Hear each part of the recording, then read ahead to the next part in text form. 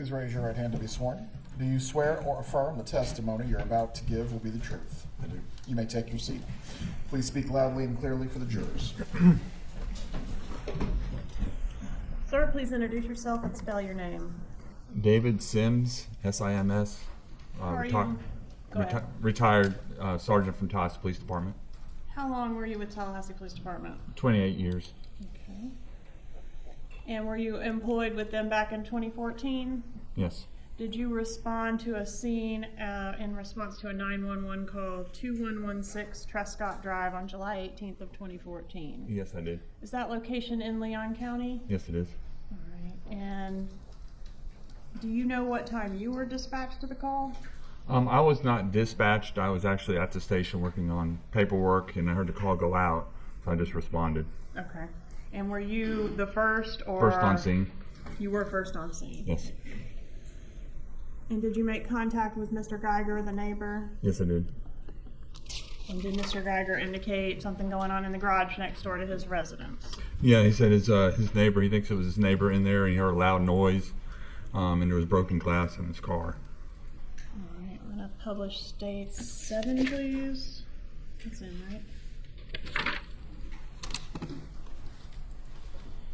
Yeah. Has the vehicle been moved from the position it was in when you first arrived? No. Okay, other than the doors being opened, right? Correct. Okay. When you got there, was the vehicle running? Yes, it was. All right, what did you do when you first arrived and observed the vehicle? I walked up to the driver's side window. Mr. Geiger had told me that the homeowner's name was Daniel, and I saw someone in the car, and I spoke his name and said Daniel. He didn't know there was no response, and I got a little closer and found that the driver's side window was broken kind of at an angle. Some of the glass was in, some had come out, but there was also a small rounded spot in that glass that was still in there.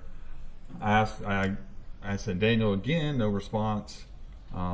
He was slumped over and kind of gasping for air, and it was just a sucking sound. I noticed that he had a set of eyeglasses. Half of a set of eyeglasses was laying in his lap. He had a cell phone in his left hand. He had a business card in his right hand. I walked around to the other side of the car. First I reached in and unlocked the door, and I went around to the other side, and I opened the door and reached in and shut off the car, so the car wasn't still running. And then I noticed the other half of the eyeglasses laying on the floorboard of the car. Let me pause you there and approach and show you what I marked as states 8 through 10. Yes. Yes. Are these 3 photographs fair and accurate representations of how the vehicle appeared that day? Yes. Judge, I'd ask to introduce states 8 through 10. No objection. States 8 through 10 are admitted. Publish 8, please.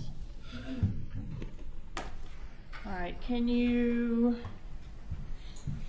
got a pointer. Show us what you're talking about as far as the way the window was. Part of it had broken out, part of it was still intact, but right there looked like a little rounded area. All right, and was this large void that we see in the window there before the door was opened? Yes, yes. Okay, so you said you were able to reach in and unlock. Yeah, I reached in, the door was closed, I reached in through that broken area, unlocked the car, and then ran around and entered from the other side to turn off the car and pull out the keys. All right, and during this time was EMS already en route? Yeah, I could hear them coming down the street. They were almost there. Okay, and were life-saving efforts made to try to help Mr. Markel? Yes, when I was on the passenger side, I pulled out a gym bag or something that was in there and pulled it out and set it on the ground so they could make better entry into the vehicle to extract him. Okay.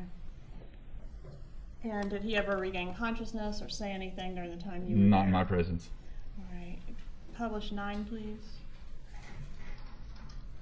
Publish 10, please.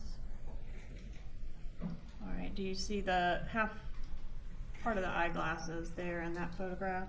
Yes. Could you indicate with your pointer? Yeah, we're right there.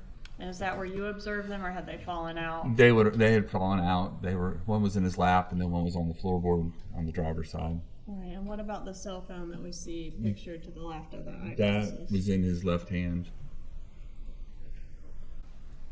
Was there a safety search done of the house? Yes, after EMS was removing him, then myself and a couple other officers, we took the keys that were in the car. The person door from the garage into the house was locked. We unlocked that. Did a search of the house, found no one, nothing amiss. Any indication that this was a burglary, a robbery? No, Any obvious signs of a struggle? no. No further questions. Cross-examination for Mr. Sims. You may step down, Mr. Sims. This Is- witness is released, Your Honor. Thank you. Please call your next witness. Joanne Maltese.